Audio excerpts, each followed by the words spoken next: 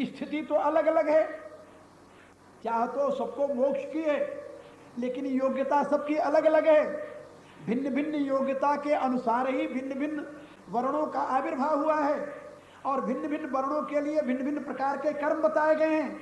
तो समान योग्यता के अभाव में समान लक्ष्य की प्राप्ति कैसे हो सकती है? ये बहुत बड़ा प्रश्न है, और दुनिया का आज दिन तक कोई ऐसा दार्शनिक नहीं हुआ जो इस प्रश्न का समाधान किया हो, केवल गीता के सिर्फ। क्या प्रश्न है? कि समाज में भिन्न भिन्न योग्यता के लोग हैं, भिन्न भिन्न योग्यता के लोग भिन्न भिन्न प्रकार की भावनाएं और कर्म में प्रवृत्त होते हैं। तो भिन्न भिन्न योग्यता में रहने वाले भिन्न भिन्न प्रकार की भावना और कर्म करने वालों के एक लक्ष्य की प्राप्ति कैसे हो सकती? मोक्ष कैसे सबको मिल सकता है? इसीलिए ऋषियों ने कहा कि सबको मोक्ष नहीं मिलेगा। भगवान कहते हैं हमारे विधान में तो सबके लिए मोक्ष की व्यवस्था है। हमने वो ज्ञान दिया है विवस्वान को, वो ज्ञान दिया है मनु को, जिसमें सबके लिए मोक्ष की व्यवस्था है। कहा योग्यता के अभाव में भी, योग्यता की भिन्नता में भी। बोले हाँ। कहा वो कौन सा धर्म है? भगवान ने कहा वही धर्म का तो लोप हो गया जिसको मैं दोबारा कहने आया हूं। वो है भगवान के द्वारा गीता में वर्णित विषय, वह तत्व ज्ञान। गीता ये बताती है कि एक झाड़ू लगाने वाला व्यक्ति जो घोर अज्ञानी है उसको भी मोक्ष मिलता है, और एक पूर्ण तत्वज्ञ जो बैठा हुआ ऋषि है उसको भी मोक्ष मिलता है। मोक्ष दोनों को मिलेगा, मोक्ष दोनों को मिलेगा। उसकी विधि गीता समझाती है। ये इसीलिए मैं कहा करता हूं कि गीता के समान दुनिया में और कोई दूसरा ग्रंथ नहीं। बाइबल का लक्ष्य मोक्ष नहीं है, वहां तो मोक्ष का कंसेप्ट ही नहीं है। वहां तो मरे तो हेवन में चले गए। कुरान में भी मोक्ष का कंसेप्ट नहीं है, वहां भी जन्नत है, और वो भी जन्नत आपके ज्ञान के ऊपर अवलंबित नहीं है, आपके कर्म के ऊपर अवलंबित नहीं है। फिर जन्नत किसके ऊपर अवलंबित है? आपके विश्वास के ऊपर। यदि आपने ये विश्वास कर लिया मोहम्मद रसूलुल्लाह, देन यू विल अचीव जन्नत, हेवन। यदि आपने ये विश्वास नहीं किया तो आपके लिए जन्नत नहीं है। और बाइबल में भी जो स्वर्ग है, हेवन है, वह आपके कर्मानुसार नहीं है, फिर वह आपके ज्ञान से भी संबंधित नहीं है। कर्म और ज्ञान को एक तरफ रख करके यदि आप ये विश्वास करते हैं कि क्राइस्ट हमारा सेवियर है, तब आपको हेवन मिल जाएगा, हेवन मिल जाएगा। और यदि आपने ये विश्वास नहीं किया, आपके ज्ञान अच्छा हो, कर्म बहुत अच्छा हो, लेकिन आपका विश्वास यदि क्राइस्ट में नहीं है, तो ईसाई के मतानुसार आपको हेवन नहीं मिल सकता। आप बड़े सदाचारी हो, बड़े ज्ञानी हो, तत्वज्ञ हो, और आप सदैव लोक हित में लगे रहते हो, लेकिन आपके हृदय में यदि मोहम्मद रसूलुल्लाह की भावना नहीं है, तो आपको जन्नत नहीं मिलेगी। इस्लाम के अनुसार आपको जन्नत तब नसीब होगी जब आप मोहम्मद में विश्वास करेंगे। आपको जन्नत तब नसीब होगी जब आप क्राइस्ट में विश्वास करेंगे। और यहूदी भाई हमारे कहते हैं आपको स्वर्ग तब मिलेगा जब आप मौसस में विश्वास करेंगे। ये तीनों धर्म विश्वास के ऊपर टिके हुए हैं, और इन विश्वास के ऊपर टिके हुए धर्मों में कहीं ज्ञान विज्ञान के लिए स्थान नहीं है, क्योंकि उस धर्म में ये बताया गया है। बाइबल की सबसे पहली ये कथा है कि एडम और ईव को, जिसको कुरान में आदम और हव्वा कहा गया है, ये आदम और हव्वा को जब खुदा ने बनाया, बना करके वहां पर जब नंदन वन में रख दिया, नंदन वन जिसे कहते हैं गार्डन, तो वहां पर उन्होंने मना किया कि सारे वृक्षों के फल खाना, लेकिन एक वृक्ष बताया कि इसका फल कभी नहीं खाना था। परमात्मा ने उसका फल खाने से मना कर दिया।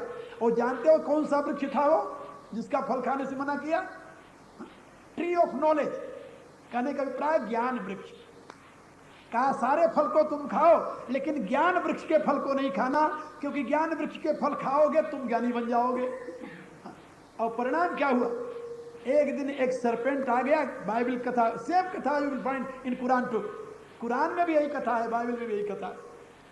तो एक दिन एक सर्प आया, एडम कहीं गया हुआ था, उसकी स्त्री हव्वा वहां बैठी हुई थी। उससे कहा कि भाई तुम लोग सारे फल खाते हो, इसका फल क्यों नहीं खाते? कहा खुदा ने मना किया है। कहा क्यों मना किया जानते हो? कहा क्यों मना किया? कहा यदि इसका तुम फल खाओगे तुम भी खुदा बन जाओगे। तो खुदा नहीं चाहता कि कोई दूसरा खुदा बने मेरे सामने, इसलिए उसने मना किया है। और यही बात बाइबल में लिखी है कि गॉड नहीं चाहता कि दूसरा कोई गॉड बन जाए। इसलिए तो यहोवा ने वो फल खा लिया। जब खा लिया तो खाते उसको ज्ञान हो गया। जब ज्ञान हो गया तो एडम जब आया बाहर से तो उसने उसे कंपेल किया कि तुम भी ये फल खाओ। उसके कहने में आकर उसने भी फल खा लिया। उसने फल खाया तो उसको भी ज्ञान हो गया। तो ज्ञान वृक्ष का फल खाओ, ज्ञान होगा ही। हमारे यहाँ वेदांत में एक दिन हमसे एक सज्जन आए तो कहने लगे कि स्वामी जी कोई ऐसी बात आप कीजिए जिससे कुरान और आपके गीता का समन्वय हो जाए।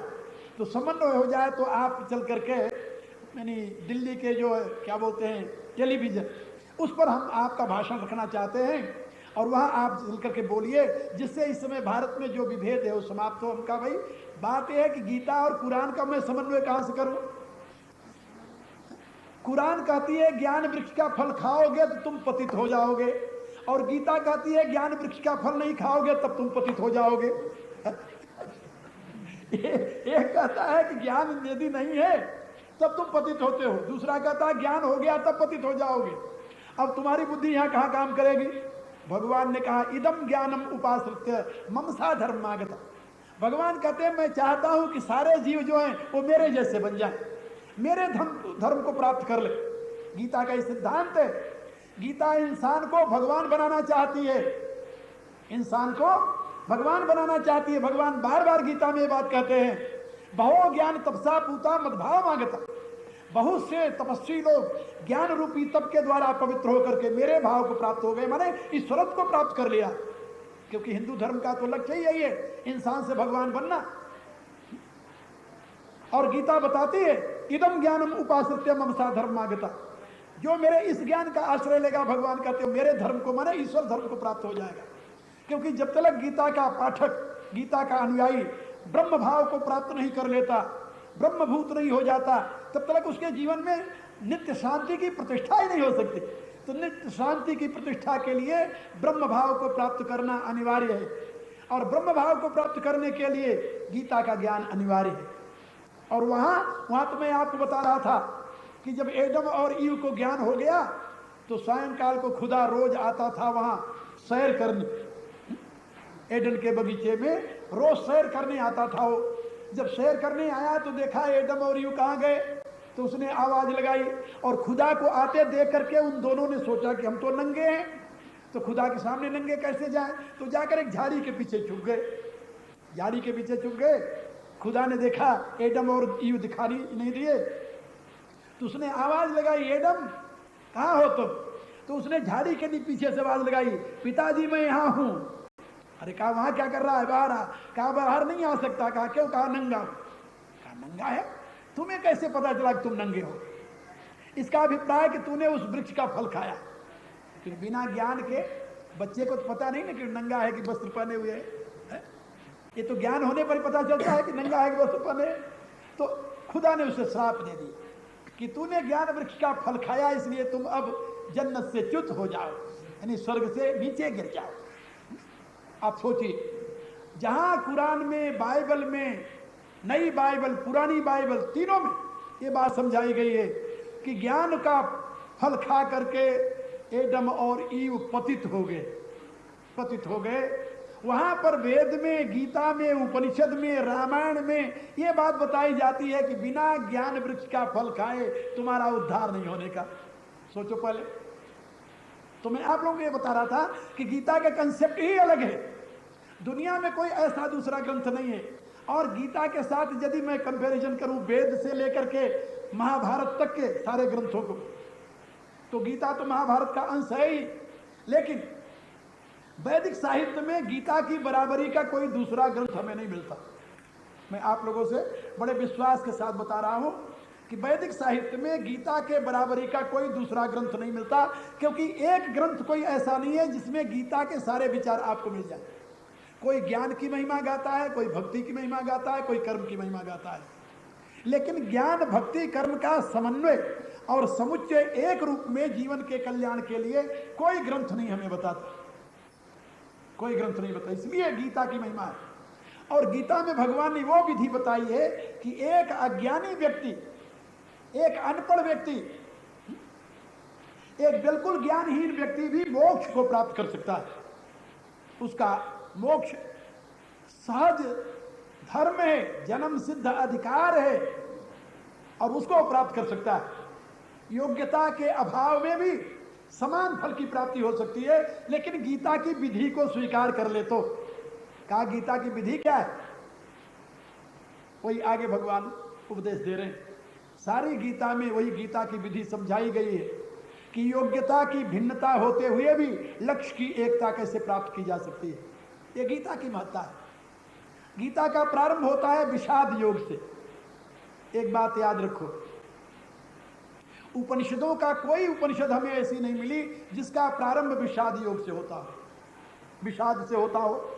उपनिषद का जिज्ञासु जो है उसके लिए एक विधि बताई गई है, व्यवस्था दी गई है। छांदोग्य उपनिषद में, मुंडको उपनिषद में एक व्यवस्था है कि अपने वर्णाश्रम अनुसार धर्म करके, कर्म का पूरा करके फिर वो परिव्रज्या ग्रहण करे, यानी संसार का त्याग करे। त्याग करने के पश्चात फिर हाथ में सूखी लकड़ी ले ले, समित पाणी, हाथ में सूखी लकड़ी लेकर गुरु की तलाश करे। तो कोई ही सदगुरु अभिगच्छेत, कैसा गुरु होना चाहिए? श्रोत्रियम ब्रह्मनिष्ठम, जो गुरु श्रोत्रिय शास्त्र का ज्ञाता और ब्रह्मनिष्ठ तत्वज्ञ हो, ऐसे गुरु की शरण में जाए और जाकर के सबका त्याग करके परिव्रज्या ग्रहण करके तब गुरु के शरण में जाए। तब वहां पर तत्व ज्ञान की बात पूछे, फिर गुरु के द्वारा समाधान होने पर जो गुरु रास्ता बतावे उस रास्ते से साधन करने के पश्चात फिर उसे मोक्ष मिलेगा। मोक्ष की विधि उपनिषदों में है। लेकिन गीता का जो जिज्ञासु है वो हाथ में न तो समिधा लिए हुए है, समित पानी की जगह उसके हाथ में क्या है? धनुष पानी। आप देखिए गीता का जिज्ञासु कैसा है और उपनिषद के जिज्ञासु कैसे। उपनिषद के जिज्ञासु के हाथ में सूखी लकड़ी है और गुरु की तलाश में जा रहा है, लेकिन गीता का जो जिज्ञासु है वो अपने हाथ में गांडीव लिए हुए है, धनुष बाण लिए हुए है और वो गुरु की तलाश नहीं कर रहा। किसकी तलाश कर रहा? शत्रु की तलाश कर रहा।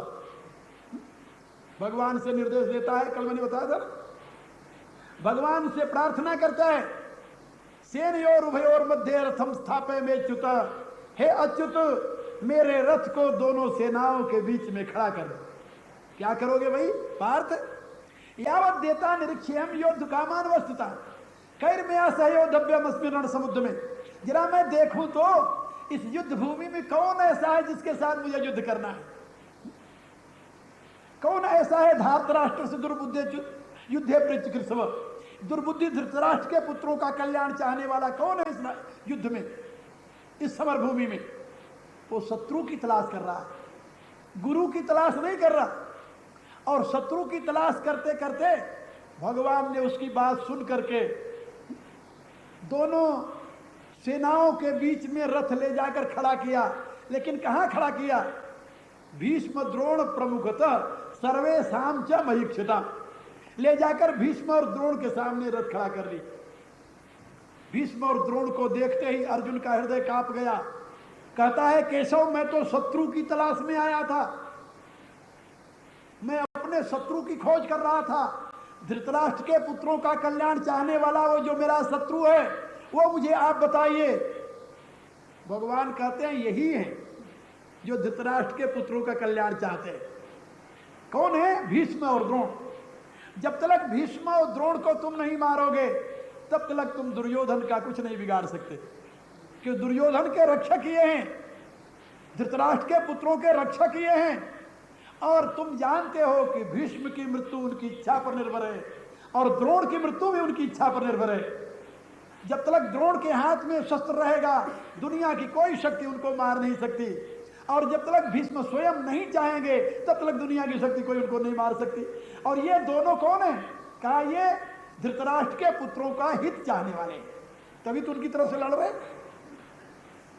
अब देखिए जो गया था शत्रु की तलाश करने, शत्रु के स्थान पर खड़े हुए पाया अपने गुरुजन को, अपने पितामह। एक वह पितामह है जो बच्चेपन से अर्जुन को गोद में लेकर खिलाते रहे, प्यार करते रहे, एक वह गुरु है जो अपने पुत्र को विद्या नहीं दी और अर्जुन को विद्या दी। जो विद्या द्रोणाचार्य ने अपने पुत्र अश्वत्थामा को नहीं दिया, वह विद्या अर्जुन को दिया था। उसने पुत्र से अधिक स्थान शिष्य को स्वीकार किया और उसने कहा था अपने पुत्र से कि अश्वत्थामा तुम याद रखो, ये जो ज्ञान है ये कोई भौतिक संपत्ति नहीं है जो पिता के मरने पर पुत्र को दाएं भाग में मिल जाएगा। ये ज्ञान का अधिकारी पुत्र नहीं होता, ज्ञान रूपी धन का अधिकारी तो शिष्य होता है। पुत्र तो बाह्य धन का अधिकारी है, पिता की संपत्ति का अधिकारी पुत्र है, लेकिन ज्ञान रूपी संपत्ति का अधिकारी पुत्र नहीं होता। उसका अधिकारी तो जिज्ञासु शिष्य होता है और वो जिज्ञासु शिष्य था अर्जुन। इसलिए अपने पुत्र को वो विद्या न दे करके गुरु ने अपने शिष्य को विद्या दी थी। तो जो गुरु अपने पुत्र को विद्या न देकर शिष्य को विद्या दी, वो गुरु सामने खड़ा हुआ है और वो पितामह जो बाप का भी बाप है, बाप का भी बाप है, वो सामने खड़ा हुआ है और बिना इन दोनों को मारे धृतराष्ट्र के पुत्रों का कोई अहित नहीं कर सकता, कोई दुर्योधन का बाल बाका नहीं कर सकता, कोई दुर्योधन तक पहुंच नहीं सकता। किसी का इतना बड़ा हाथ नहीं है जो कि भीष्म और द्रोण को अलग करके दुर्योधन तक पहुंच जाए। कैसी विकट स्थिति है। जिनको पूज्य मानता है उन्हीं को मारना है, उसे उन्हीं से युद्ध करना। हृदय कांप गया और उसने धनुष बाण उठाकर फेंक दिया। विशिद्र ससरम चापम, धनुष और बाण दोनों उठाकर फेंक दिया और क्या कहा, ना योद्ध से इति गोविंद, हे गोविंद मैं युद्ध नहीं करूंगा। किसके लिए युद्ध करूं? देखिए, एक यहां पर मैं आप लोगों को दो बातें और बता दूं। अर्जुन है एक तरफ, दूसरी तरफ दुर्योधन है। दोनों सेनाओं को पहले दुर्योधन देखता है। गीता के प्रारंभ में दोनों सेनाओं को पहले दुर्योधन देखता है और बाद में अर्जुन देखता है। दुर्योधन दोनों सेनाओं को देख करके अपने गुरु के पास जाता है। किसके पास जाता है? गुरु के पास। आचार्य मुख संगम्य राजा वचन अब्रवीत, अपने गुरु के पास जाकर के गुरु से कहता है। और यहां पर अर्जुन ने भी दोनों सेनाओं को देखा तो उसका गुरु तो था नहीं कोई, क्योंकि गुरु तो उस तरफ खड़ा हुआ है शत्रु की लाइन में। अब वो किसके पास जाए? तो उसको एक नए गुरु की तलाश हो गई और नए गुरु की तलाश करने कहां जाता, उसमें जो सामने था उसी के चरणों में जाना था। तो उसने एक नया गुरु तलाश किया। शिष्यस्ते हम साधिमाम त्वाम प्रपन्न। भगवान एक ने यह निश्चय किया, अपने गुरु से क्या आदेश दिया, लिया नहीं। अपने गुरु से नहीं पूछा कि हमें क्या करना है, नहीं। दुर्योधन अपने गुरु से आज्ञा नहीं ले रहा, आज्ञा से सलाह नहीं दे रहा, बल्कि गुरु को आदेश दे रहा है। भीष्ममेवाभिरक्षन्तुम भवन्तः सर्वे वही, आज्ञा क्या दे रहा है? इसलिए आप लोगों को भीष्म की रक्षा के लिए तत्पर रहना चाहिए। गुरुदेव मौन है, बहुत अच्छी बात, वारे शिष्य। और कहता क्या है? कहता है अन्य च बहवः सूरा मदर्थे त्यक्त जीविता, बहुत बड़े बड़े वीर जो हैं मेरे लिए यहाँ प्राण त्यागने के लिए आए हुए। अन्य च बहवः सूरा मदर्थे त्यक्त जीविता नाना शस्त्र प्रहरणा सर्वे युद्ध विशारदा, और सब बड़े अस्त्र से सज्जित हैं, सब बड़े कुशल योद्धा हैं, ये सब मेरे लिए मरने आए हैं। यानी आसुरी वृत्ति का जो आदमी होता है उसकी समझ कैसी होती है जानते हो? कमाएगी दुनिया खाएंगे हम, जैसे आजकल के भारतीय नेता। हाँ? कमाएगी दुनिया खाएंगे हम, ऐसे ही दुर्योधन कह रहा है कि ये सारे सब मेरे लिए मरने आए। लेकिन जब उन्हीं दोनों सेनाओं को अर्जुन देखता है तब उसका हृदय कांप जाता है। वो क्या कहता है? कहता है मेरे प्रभु, एशाम अर्थे कांक्षितम नो राज्यम भोगा सुखानि। एशाम अर्थ, मुझे अपने लिए तो कुछ नहीं चाहिए प्रभु, हे नाथ, अपने लिए मुझे कुछ नहीं चाहिए। एशाम अर्थे कांक्षितम नो राज्यम भोगा सुखानि च ते में अवस्था युद्धे प्राणांस त्यक्त्वा धनानि च। जिनके लिए हमें राज्य चाहिए, जिनके लिए हमें सुख चाहिए, जिनके लिए हमें भोग चाहिए, वे ही मेरे कुटुंबी जन यहाँ मरने के लिए खड़े हुए हैं मेरे सामने। इसलिए ना कांक्षे विजयम कृष्ण ना च राज्यम सुखानि च। हे कृष्ण, हमें सुख नहीं चाहिए, हमें विजय नहीं चाहिए, हमें राज्य नहीं चाहिए। अहोवत पापम कर्तुम व्यवस्था वयम यद राज सुखलो बेन हम तुम सजन मुद्दता। अरे राम राम, मैं कितना घोर पाप करने के लिए तैयार हो गया, राज्य और सुख के लोभ से मैं अपने ही प्रियजनों को मारने के लिए तत्पर हो गया। नहीं, अर्जुन कहता है प्रभु ये मेरे से नहीं होगा। ऐसा कह करके विशिष्ट ससुरम चापम, वह धनुष के सहित बाण के सहित धनुष फेंक दिया। ये मेरे बस का नहीं। आप सोचिए, भगवान ने जब आगे पूछा कि भाई तुम युद्ध नहीं करोगे तो क्या करोगे, कहता कि जिनके लिए युद्ध करना था वो तो मरने के लिए तैयार है, इसलिए कहा तुम अपने लिए, कहा मेरे लिए तो ना सबसे सरल सा रास्ता है। वो कौन सा, कहा श्रेयो भोग तुम भक्षम पिय लोके, बड़ा अच्छा रास्ता है मेरे लिए। भगवान व्यास देव ने निवृत्ति मार्ग का उपदेश दिया है और उसके अनुसार मैं भिक्षा मांगूंगा, 4 घर से अपना पेट भर लूंगा, और हमें क्या चाहिए। और भिक्षा तो पहले मांग ही चुके हैं। जब पहली बार वनवास हुआ था तो 12 वर्ष तो भिक्षा ही मांग कर जीते रहे, तो इसलिए भिक्षा मांगने की हमें आदत पड़ गई। हमने भिक्षा मांगी, श्रेयो भोग तुम भिक्षम पिय लोके, भिक्षा मांग करके जीना मैं श्रेयस्कर समझता हूं, लेकिन गुरुजनों को मारना मुझे इष्ट नहीं है। ये 2 प्रवृत्तियां हैं, एक दैवी प्रवृत्ति है जो कहता हमें अपने लिए कुछ नहीं चाहिए, और दूसरी आसुरी प्रवृत्ति है जो कहता ये सब मेरे लिए मरेंगे। एक तरफ दुर्योधन खड़ा हुआ है, एक तरफ अर्जुन खड़ा हुआ है। आप जरा सोचिए, ऐसी प्रवृत्ति के 2 आदमी यदि आपके सामने आ जाएं तो आप किसका समर्थन करेंगे। आजकल की जनता से तो मैं ये आशा नहीं करता कि वो अर्जुन का समर्थन करेगी, वो तो दुर्योधन के पीछे दौड़ेगी, क्योंकि सोचेगी कि जब ये खाएगा तो जरूर हमें कुछ न कुछ खिलाएगा। लेकिन सही में भगवान किधर जाएंगे, भगवान किसका साथ देंगे। आप जरा सोचिए, वो तो अर्जुन का ही साथ देगा। भगवान तो उसी का साथ देगा जो सबके कल्याण की सोचेगा, और जो केवल अपने स्वार्थ की सोचेगा भगवान उसका साथ कैसे दे सकता है। यही परिणाम हुआ, भगवान रथवान अर्जुन के बने, दुर्योधन के नहीं। आगे अब देखिए, वह अर्जुन जो इस संदेह में आकर के अपने कर्तव्य का त्याग करने के लिए तत्पर हो गया, तो सबसे पहले भगवान ने उसे 2-3 गालियां दी, बड़ी मोटी मोटी गाली, बहुत मोटी मोटी। किसी योद्धा को कहो कि तुम नपुंसक हो, इससे बड़ी गाली और उसके लिए क्या होगी। किसी योद्धा से सदाचारी से कहो कि तुम नीच हो, इससे बड़ी गाली और उसको क्या होगी।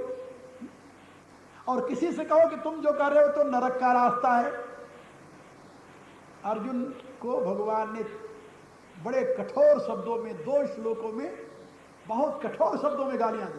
क्लैब्यम मास्मगमः पार्थ नई तत्व उपपद्यते क्षुद्रम हृदय दौर्बल्यम तत्वोत्तिष्ठ परंतु।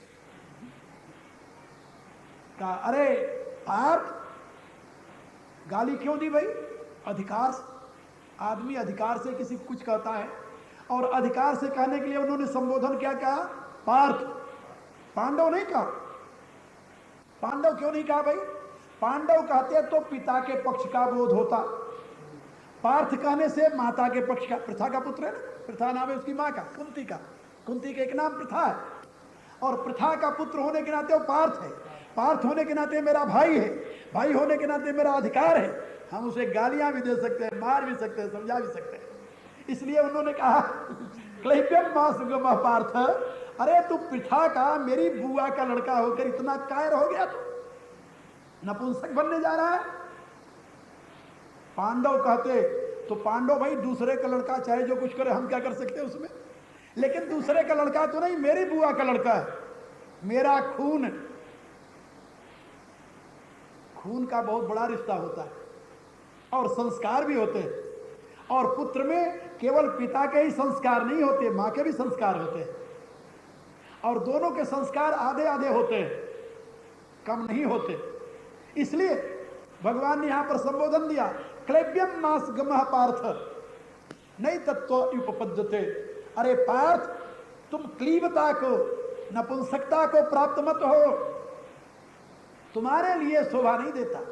प्रथा का पुत्र हो, मेरी बुआ का पुत्र हो, मेरे वंश से संबंधित हो, मेरे रक्त से संबंधित हो, और हो करके ऐसा कायर हो जाए, नहीं। ये उचित नहीं है, ये अशोभनीय है। क्लैब्यम मास्मगम पार्थ नहीं तत्व उपपद्यते क्षुद्रम हृदय दौर्बल्यम। ये मैं जानता हूं ये तुम्हारी क्षुद्रता है और ये हृदय की दुर्बलता है। हृदय की दुर्बलता मनुष्य को निर्बल बना देती है, दीन बना देती है, हीन बना देती है, शक्ति रहित बना देती है। वह अर्जुन जो भी धनुष बाण लेकर के शत्रु को ढूंढता था, वही अर्जुन भगवान से क्या कहता है, हे प्रभु बेपथुश्च शरीरे में रोमहर्षस जायते गांडीवम हंसते सस्ते हस्ताक्तच्चैव परजयते। अरे मेरे शरीर के तो रोए खड़े हो गए हैं, मेरा शरीर कांपने लगा है और मेरे हाथ से गांडीव धनुष गिरा जा रहा है, मेरे हाथ से बाण छूटा जा रहा है। और आगे कहता है कि मैं तो खड़े होने के भी काबिल नहीं हूं, मैं ऐसा दीन हो गया हूं कि मेरे से तो खड़ा भी नहीं हुआ जाता। अब सोचिए, जो अर्जुन अभी शत्रु की तलाश कर रहा था, वो जिन गुरुजनों को देख करके अब अपने आप को खड़ा होने में भी असमर्थ पा रहा है, ये हृदय की दुर्बलता का परिणाम। ये आपका हृदय जब दुर्बल हो जाता है, द्रवित हो जाता है, तो बड़े से बड़े वीर को भी कायर बना देता है, धराशायी कर देता है, हतोत्साह आदमी हो जाता है, कुछ नहीं कर सकता, आदमी उठकर खड़ा नहीं हो सकता, कहता मेरे तो जाने नहीं रही, मैं क्या करूं, मेरे से उठा ही नहीं जाता। केवल मानसिक, इसको मानसिक रोग कहते हैं। और उस मानसिक रोग का शिकार हो गया अर्जुन। भगवान ने देखा कि इसकी ये नाड़ी दबाव, जैसे आजकल एक्यूप्रेशर की एक इलाज निकला है, शरीर के जिस भाग में आपको रोग हो गया है उस भाग से संबंधित यदि नाड़ी दबा दी जाए तो रोग आपका धीरे धीरे दूर होने लगता है। इसको एक्यूप्रेशर कहते हैं आजकल, पहले भी था, बहुत पुराना इलाज है भारत का। अब भगवान ने देखा कि इसकी नाड़ी कहां से दबाई जाए जिसमें इसमें जोश आवे। तो एक योद्धा को यदि तुम कहो कि तुम नपुंसक क्यों हो रहे हो, तो इसको अपनी नपुंसकता को याद करना पड़ेगा। भगवान ने इस बहाने उसे याद दिलाया कि भाई तुम्हें उर्वशी नाम की अप्सरा ने नपुंसक होने का जो श्राप दिया था वो तो 1 वर्ष के लिए था, वो तो तुम पूरा कर लिए हो बृहन्नला के रूप में। अब दोबारा नपुंसक बनने क्यों जा रहा है तू? ये तो आपको मालूम है ना कि अर्जुन को श्राप मिला था और उस श्राप के नाते ही वो 1 वर्ष के अज्ञातवास में बृहन्नला नाम की हिजड़ा के रूप में उसने काम किया मत्स्य देश में। और उन्हीं दिनों वो उत्तरा को नृत्य सिखाता रहा।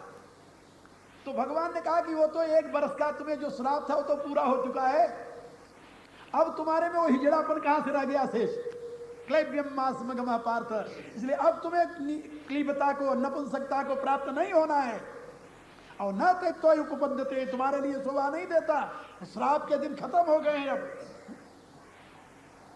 क्षुद्रम हृदय दौर्बल्यम त्यक्तोत्तिष्ठ परंतप।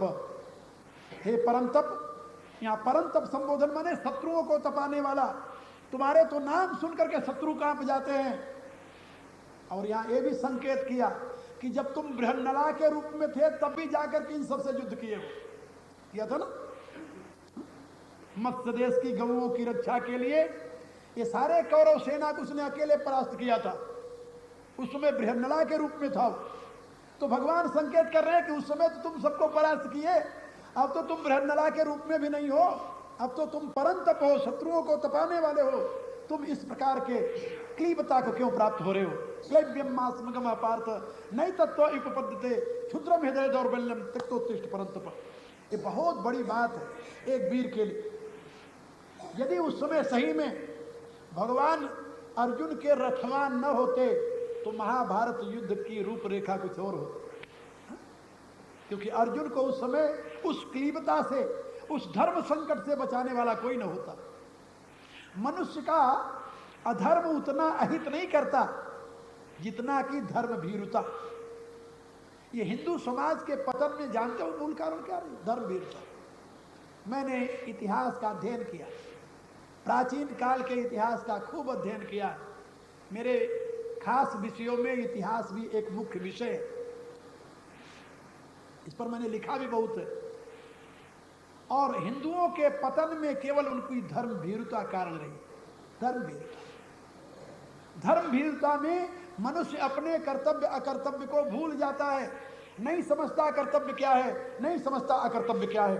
धर्म भीरुता उसे ऐसी स्थिति में ले जाकर पहुंचा देती है जहां से उबरना उसके लिए कठिन हो जाता है। अब देखिए, धर्म भीरुता के नाते भीष्म पितामह और द्रोणाचार्य धर्म भीरुता के नाते केवल ना चाहते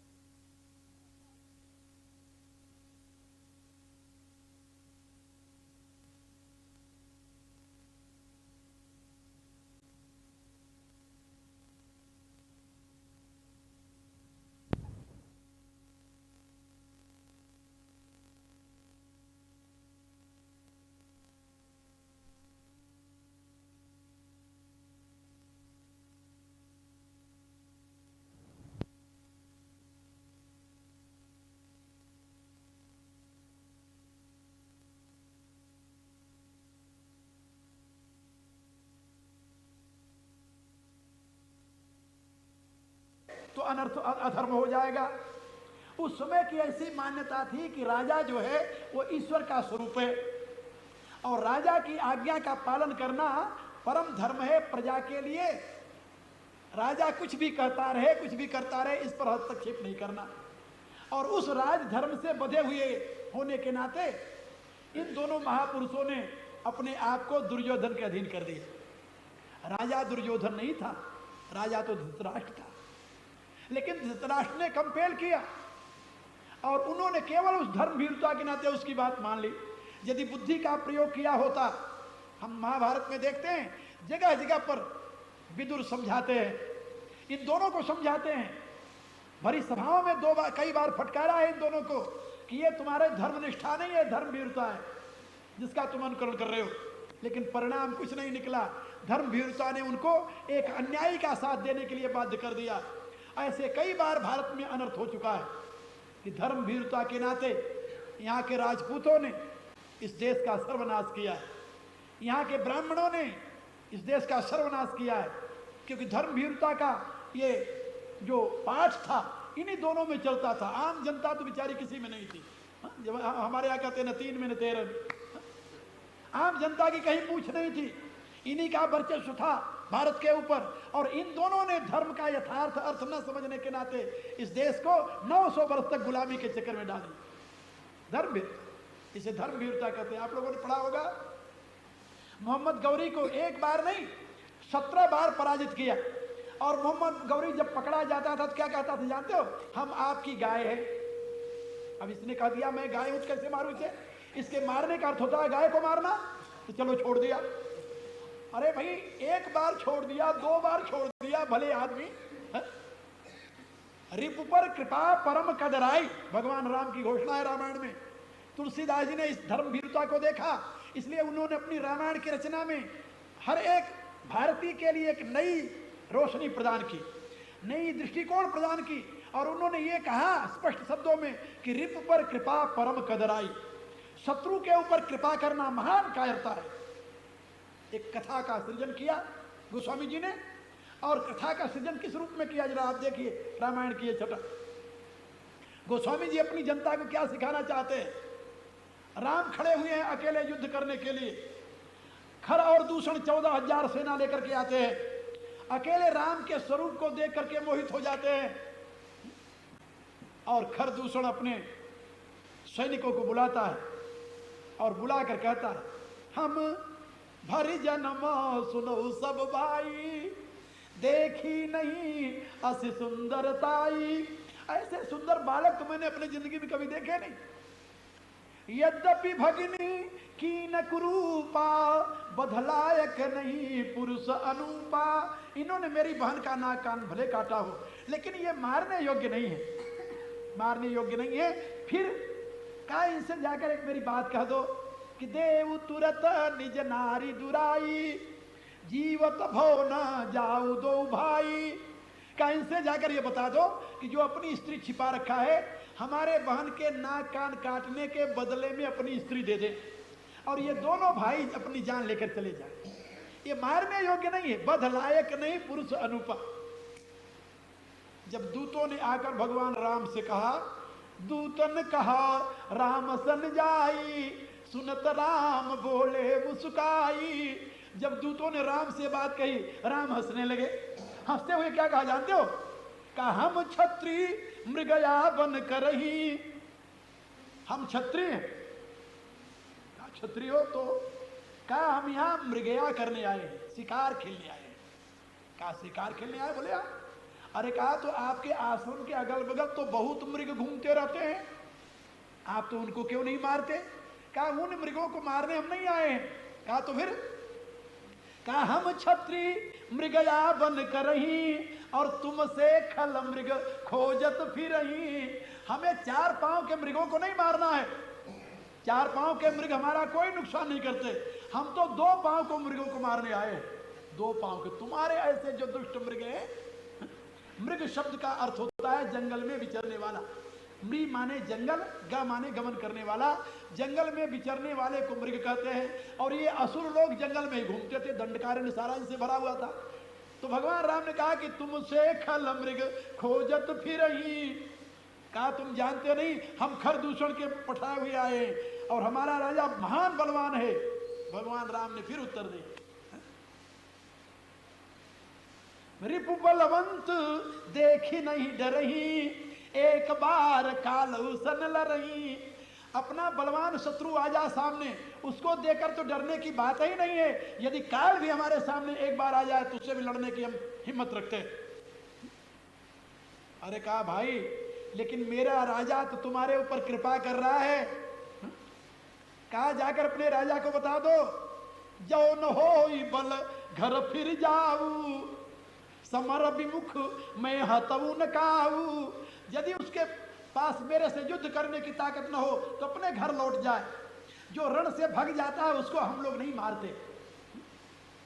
और रण चढ़ी करिय कपट चतुराई, रिपु पर कृपा परम कदराई। और युद्ध क्षेत्र में आकर के कपट और चतुरता ठीक नहीं है। शत्रु के ऊपर दया करना महान कायरता है, महान कायरता। भगवान राम की घोषणा है, रिपु पर कृपा परम कदराई। जब शत्रु के रूप में सामने आ गया व्यक्ति तब वो शत्रु है, उसके ऊपर कृपा करना कायरता है। और यही बात भगवान कृष्ण समझा रहे हैं अर्जुन को कि जिसको तुम मान रहे हो कि मेरे गुरुजन हैं, मेरे पितामह हैं, ये शत्रु के पक्ष में खड़े हुए हैं, और इनके ऊपर दया करना ये कायरता है, ये धर्म भीरुता है।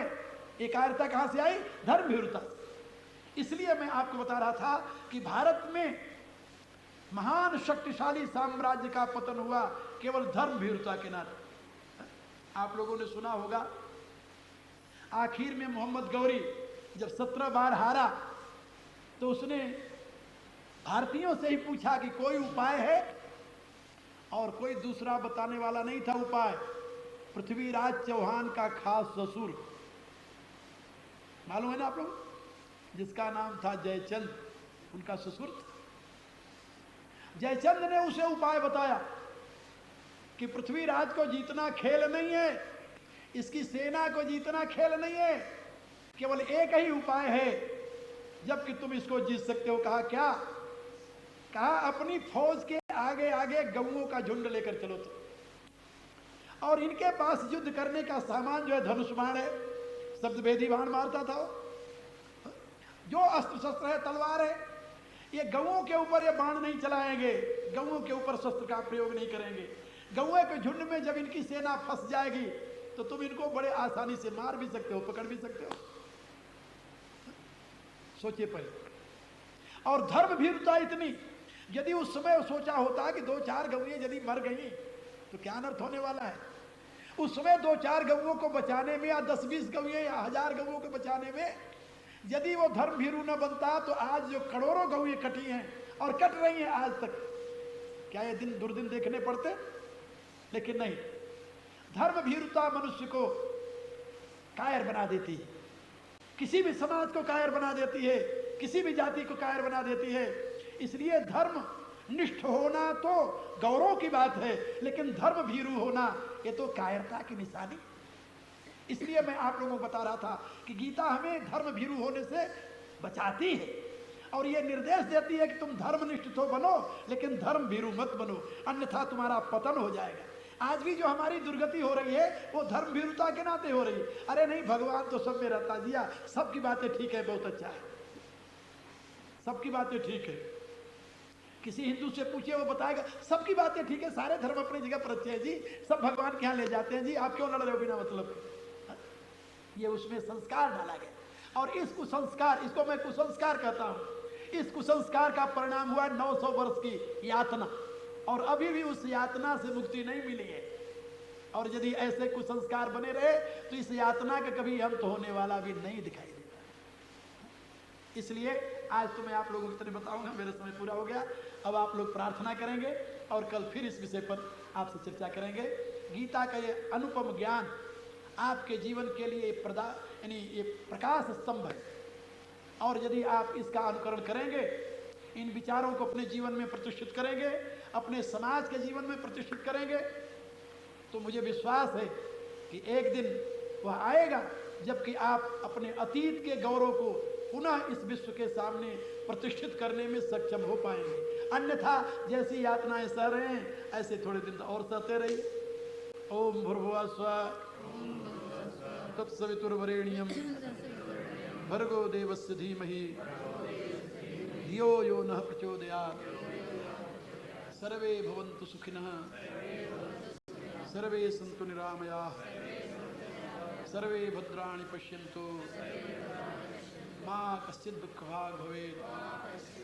ओम पूर्णमदः पूर्णमिदं पूर्णात् पूर्णमुदच्यते पूर्णस्य पूर्णमादाय पूर्णमेवावशिष्यते। ओम शांति शांति शांति। पितृवरेण्यं भर्गो देवस्य धीमहि धियो यो नः प्रचोदयात्। ओम नारायणं नमस्कृत्य नरं चैव नरोत्तमं देवीं सरस्वतीं व्यासं ततो जयमुदीरये। ओम प्रणम्य शिरसा देवं मारुतिं करुणाकरं करोमि गीता व्याख्या भगवत भाव प्रकाशनम्। ओम शांति शांति शांति। परावर रूप में उपस्थित मेरे प्रिय आत्माओं, करुणा निधान भगवान की करुणा आप सभी के लिए कल्याणकारिणी हो, यह मेरी आंतरिक शुभकामना। कल आप लोगों को एक बात समझाई गई थी कि व्यक्ति जब विषादग्रस्त होता है, उसके जीवन में जब विषाद आता है, जगत से निराश हो जाता है और कोई ऐसा मार्ग दिखाई नहीं देता जहाँ से उसे शांति और सुख की आशा हो, ऐसी स्थिति में उसकी दो प्रकार की गतियाँ होती हैं।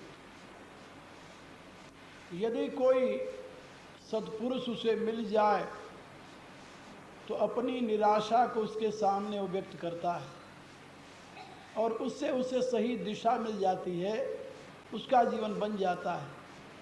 और नहीं कोई मिलता तो या तो वो पागल खाने में पहुंच जाता है और या आत्महत्या कर लेता है। यही उसका परिणाम होता है। विषादग्रस्त जीवन में यही दो परिणाम है। अर्जुन का सौभाग्य था, जब वो विषादग्रस्त हुआ तो उसके सामने उसके रथवान के रूप में स्वयं भगवान विराजित थे। वो भगवान को भगवान नहीं मानता था, क्योंकि अभी वो जाना नहीं था कि ये भगवान है। वो इतना जानता था कि मेरे मामा के लड़के हैं, मेरे हितैषी हैं, महान बलवान हैं, महान शक्तिशाली हैं और महान विद्वान हैं। इतना तो पता था उसे। और क्षत्रियों में जो सबसे महान होता है उसी की प्रथम पूजा होती है। तो धर्मराज के द्वारा जो राजसूय यज्ञ किया गया था, उस राजसूय यज्ञ में ये प्रश्न हुआ कि प्रथम पूज्य कौन होगा। तो भीष्म पितामह का नाम प्रस्तावित किया गया कि क्षत्रियों में इस समय भीष्म पितामह से महान बलवान और विद्वान कोई नहीं है, नितज्ञ कोई नहीं है, इसलिए इनकी पूजा होनी चाहिए। लेकिन भीष्म पितामह ने स्वयं कहा कि श्री कृष्ण के होते और कोई यहाँ पूजा के योग्य है ही नहीं। श्री कृष्ण साक्षात श्रीमन नारायण के स्वरूप है और उनके समान न यहाँ कोई बलवान है, न विद्वान है, न समर्थवान है, इसलिए सर्वप्रथम कृष्ण की पूजा होनी चाहिए।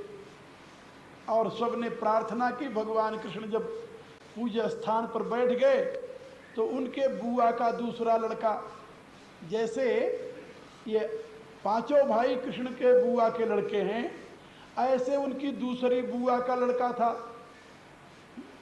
शिशुपाल। दूसरे शब्दों में अर्जुन के मौसी का लड़का, वो उठकर खड़ा हो गया और खड़ा ही नहीं हुआ, वो गालियां देना शुरू कर दिया कि यहाँ बड़े बड़े क्षत्रिय विद्वान और बलवान बैठे हुए हैं, उनके सामने ये अहीरों के साथ में नाचने वाले को, इसको किसने बता दिया कि बहुत बड़ा विद्वान और बलवान है ये? यदि इसमें शक्ति है तो पहले हमारे साथ युद्ध करके देख ले। और गालियां देना शुरू किया। जब वो गाली दे रहा था उसी समय बलराम को क्रोध आ गया। भगवान ने उनका हाथ पकड़ लिया कि नहीं, मैंने अपनी बुआ से वचन दिया है कि इसके 100 अपराध में माफ करूंगा और मैं गिनता जा रहा हूं कितनी गालियां इसने दिया है। परिणाम क्या हुआ? जब 100 गाली हो गई तो भगवान ने कहा शिशुपाल बस, अब तुम्हारी सीमा पूरी हो गई है। यदि इससे आगे कोई गाली दिया तूने तो मैं जिम्मेदार नहीं हूं, तेरी गाली जिम्मेदार होगी। लेकिन वो तो उस समय मदांध था, उसने फिर एक गाली दे दी, इतने में चक्र छूटा और 2 टुकड़े कर दिया उसको। हाहाकार मच गया। मेरे कहने का अभिप्राय कि अर्जुन ये तो जानता था कि कृष्ण महान बलवान हैं, महान विद्वान हैं और मेरे हितैषी हैं, लेकिन ये नहीं जानता था कि ये सही में भगवान है। ये उसे पता नहीं था। इसलिए उसने 11वें अध्याय से पूर्व 10वें अध्याय में उसने जरूर ये बात कही कि कृष्ण, तुम बार बार मेरे से ये कह रहे हो कि मैं उद्धार कर दूंगा, मैं परमात्मा हूं, मैं ही प्रकृति का स्वामी हूं, दोनों मेरी प्रकृतियां हैं, मेरे से ही सृष्टि होती है। ये सारी तो बातें कहते चले जा रहे हो। ये बात तो मैंने ऋषियों से भी सुनी है कि सही में तू परमात्मा है, पर ब्रह्म परम धामम परमम परमम भवान पुरुषम शाश्वतम दिव्यम आदि देवम भजम विभुम। क्या सही में तुम परमात्मा हो? यदि तुम सही में परमात्मा हो तो अपनी विभूतियों की व्याख्या करो। तो भगवान ने विभूति बता दी। फिर भी उसे संतोष नहीं हुआ, क्योंकि एक जिज्ञासु की चाह होती है। और महात्मा कबीर ने एक बात कही है, जबला न देखूं अपनी नैनी तबला न मानू गुरु की बैनी। जब तक आदमी अपने आंखों से देख नहीं लेता तब तक उसे विश्वास नहीं होता। तो 11वें अध्याय में उसने प्रारंभ में प्रार्थना की कि यदि सही में आप भगवान हो तो आप मुझे अपना यथार्थ स्वरूप बता दो। तो भगवान ने उसे कहा कि तुम इन आंखों से मेरे स्वरूप को नहीं देख सकते, मेरे स्वरूप को देखने के लिए तो दिव्य दृष्टि चाहिए। तो वो बेचारा क्या करे? तो ये भी नहीं कह सकता था कि आप मुझे दिव्य दृष्टि दे दो। भगवान ने स्वयं कहा कि अच्छा, दिव्यम ददामि ते चक्षु, अब मैं तुम्हें दिव्य दृष्टि दे रहा हूं, अब तू मेरे स्वरूप को देख ले। जब 11वें अध्याय में भगवान के विराट स्वरूप को देखा तब उसे विश्वास हुआ कि ये केवल बलवान नहीं, विद्वान नहीं और हमारे मामा के पुत्र ही हमारे हितैषी ही नहीं, ये तो साक्षात भगवान। तो मैं आपको ये बता रहा था कि जब अर्जुन ने स्वयं को समर्पित किया भगवान के सामने, तो उस समय भगवान को भगवान मानकर नहीं, एक विद्वान और बलवान मानकर उसने उनसे सलाह लेने के लिए, मार्गदर्शन लेने के लिए अपने आप को समर्पित किया, अपनी हृदय की भावनाओं को कहा। लेकिन उसके हृदय की भावनाओं को सुन करके भगवान बड़े कठोर शब्दों में उसे धिक्कारते हुए 2 श्लोक के दूसरे अध्याय के प्रारंभ में, पहला श्लोक, कुतस्त्वा कस्मलमिदम विस्मय समुपस्थितम अनार्य जुष्टम स्वर्गम कीर्ति कर्म अर्जुन। अरे अर्जुन, अर्जुन, तुम्हारी सरल वृत्ति ने ही तुम्हें इस प्रकार के करुणा से आपूर्ण कर दिया है। कभी कभी रामायण में एक चौपाई है, भगवान राम ने बात कही है, कतौ सुधायु ते बड़ दोषु। कल मैंने एक बात आप लोगों को बताई थी कि धर्म निष्ठा तो मनुष्य के लिए वरदान है, लेकिन धर्म भीरुता मनुष्य के लिए अभिशाप है। अब उस समय अर्जुन धर्म भीरुता का पात्र बन गया, तो भगवान ने सबसे पहले उसे कुतस्त्वा कस्मलमिदम विषमेपन समुपस्थितम, अरे इस विषम घड़ी में जब दोनों सेनाओं को आमने सामने तू देख रहा है, नगाड़े बज गए हैं, तुरही बज गई है, शंखनाद हो चुका है, युद्ध की घोषणा हो चुकी है, अब केवल यह प्रतीक्षा है कि पहले शस्त्र कौन चलावे। और ऐसी स्थिति में विषमे समुपस्थितम, विषम काल में आकर के तेरे में अब करुणा जागृत हो गई, शत्रु के प्रति करुणा। कल मैंने बताया था ना, भगवान राम का कथन है, रिपु पर कृपा परम कदराई। ये शत्रु के प्रति करुणा तो कायरता का प्रतीक है। कुतस्त्वा कस्मलमिदम, ये तुम्हें, कस्मल माने दोष, ये तुम्हारे में दोष कहां से आ, कुतः त्वा, कुतः माने कहां से आ गया, कहां से आ गया माने मनुष्य में जो संस्कार आते हैं वो 2 तरह से आते हैं। कहां से आते हैं, या मां के आए द्वारा या बाप के द्वारा संस्कार, या मां के कुल से संस्कार आएंगे या बाप के कुल से आएंगे। आज भी वैज्ञानिक अनुसंधान करके कहते हैं, किसी से पूछ, यदि जाओ किसी डॉक्टर के पास, अच्छा जो समझदार है, कोई क्रोनिक डिजीज हो गया, रोग हो गया, तो पहले पूछता है कि तुम्हारे बाप का, तुम्हारे दादा को तो ये नहीं था, तुम्हारे परदादा को तो नहीं था, फिर पूछता है तुम्हारी माँ को, तुम्हारी मामा, तुम्हारे नाना को तो नहीं था। क्योंकि मातृपक्ष से कुछ दोष आते हैं और कुछ पितृपक्ष से दोष आते हैं। भगवान ने कहा कि मैं तुम्हारे मातृपक्ष का तो हूं ही, स्वयं मैं हूं, तुम्हारे मामा का लड़का हूं, तो मेरे यहां से दोष ही आया नहीं, क्योंकि मेरे संस्कार में दोष नहीं है। और पांडु जो तुम्हारा पिता है, तो पांडु वंश में भी ये दोष नहीं है। तुम्हारा पिता तो महान योद्धा था, महान वीर था, तो ये कौरव कुल में तू पैदा हुआ है, कुरुकुल में पैदा हुआ है, तो कुरुकुल का भी ये दोष नहीं है और मेरे कुल का भी दोष नहीं है। न माता के कुल में तुम्हारे ऐसा कोई कायर पैदा हुआ और न तो पिता के कुल में कायर पैदा हुआ, तू कहां से पैदा हो गया कायर? कुतस्त्वा कस्मलमिदम, कुतः माने कहां से तेरे में दोष आया? दोष आने को कोई कारण होना चाहिए। तो मातृपक्ष से दोष नहीं आया, पितृपक्ष से दोष नहीं आया, तो दोष तुम्हारे में आया कहां से? जरूर कहीं बाहर से आया होगा। ये आगंतुक दोष है, और सही में वो दोष आगंतुक था। जानते हो कहां से आया था? जब महाभारत का युद्ध अभी प्रारंभ नहीं हुआ था, आखिरी बार उस अंधे धृतराष्ट्र ने एक कूटनीति खेली।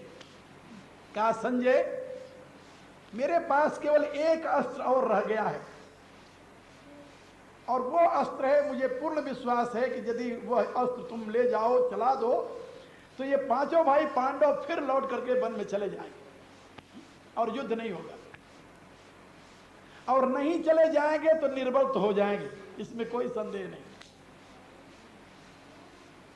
वो अंधा अपने आप को बहुत कूटनीतिज्ञ समझता था। जैसे आप लोगों ने सुना होगा, महाभारत युद्ध से पहले कर्ण बहुत बड़ा वीर था। कर्ण की बराबरी का पांडवों में कोई बलवान नहीं था, कोई योद्धा नहीं था। अर्जुन था लेकिन वो भी कर्ण के बराबर का नहीं था। और महाभारत के युद्ध में कई ऐसी घटनाएं आई हैं जहां पर कि कर्ण की वीरता पर भगवान कृष्ण ने स्वयं उसे वाह वाह कहा है। एक ग्रंथ में लिखा है कि जब अर्जुन बाण मारता था तो कर्ण का रथ केवल 10 कदम पीछे जाता था, 10 कदम नहीं 10 धनुष पीछे जाता था। और जब कर्ण बाण मारता था तो अर्जुन का रथ भी 10 पीछे चला जाता था। लेकिन जब कर्ण के बाण से 10 पीछे जाता था अर्जुन का रथ, तब भगवान कहते थे वाह रे वीर वाह। और जब कर्ण का रथ चला जाता था तो भगवान कुछ नहीं बोलते थे। अर्जुन ने कहा भगवान ये क्या अनर्थ है। मैं जब बाण मारता हूं, मेरे बाण से जब 10 गज पीछे चला जाता है कर्ण का रथ, तब तो आप वाह नहीं करते। और जब वो बाण मारता है और मेरा रथ 10 कदम पीछे चला जाता है तो आप वाह करने लगते हो। भगवान मुस्कुराए। अरे कहा भले आदमी, तुम्हें पता है कर्ण के रथ पर केवल कर्ण है और तुम्हारे रथ पर मैं ही नहीं बैठा हुआ हूं। एक तो मैं बैठा हुआ हूं और एक तुम्हारे ऊपर देख ले हनुमान जी बैठे हुए थे। हनुमान जी ने ये वादा किया था, वचन दिया था, जब भीम ने उनसे प्रार्थना की कि महाराज हमारे युद्ध में आप हमारी सहायता करो, तो हनुमान जी ने कहा कि तुम्हारे युद्ध में किसकी सहायता करूं। कहा कि ये जो हमारा युद्ध होने जा रहा महाभारत में, अरे कहा यहाँ वीर कौन है जिससे मैं लड़ूंगा। यहाँ तो मेरे शक्ल को देख करके लोग मर जाएंगे, लड़ना तो दूर की बात रही। हा? और यदि मैं एक गर्जना कर दूं तब भी सारे वीरों के प्राण निकल जाएंगे। तो भीम को लगा कि अपनी ज्यादा महिमा गा रहे हैं। हा?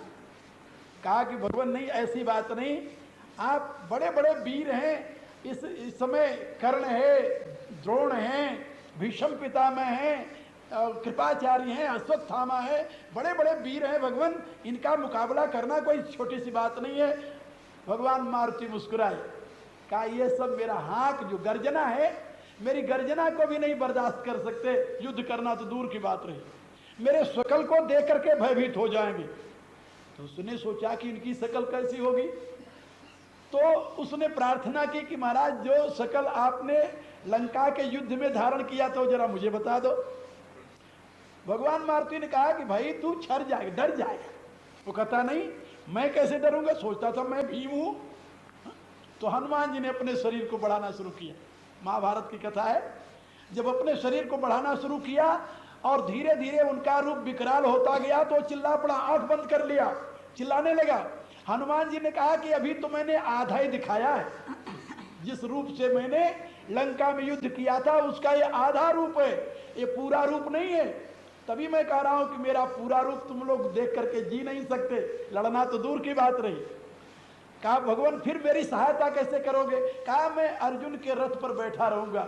मैंने पहले ही वचन दिया है अर्जुन को कि मैं तुम्हारे युद्ध के समय तुम्हारे रथ पर बैठा रहूंगा, और जब तुम शंखनाद करोगे तो उसमें मैं अपनी ध्वनि मिला दूंगा, गर्जना कर दूंगा, जिससे कौरव कुल के यानी कौरव पक्ष के सारे योद्धा निर्बल हो जाएंगे, इतनी मदद मैं करूंगा। तो भगवान कृष्ण ने कहा कि देख तुम्हारे रथ पर मैं बैठा हुआ हूं और मारुति बैठे हुए हैं, और हमारे और मारुति के होते हुए कर्ण अपने बाण से तुम्हारे रथ को 10 बाण नीचे पीछे फेंक देता है, ये कोई छोटी सी बात है।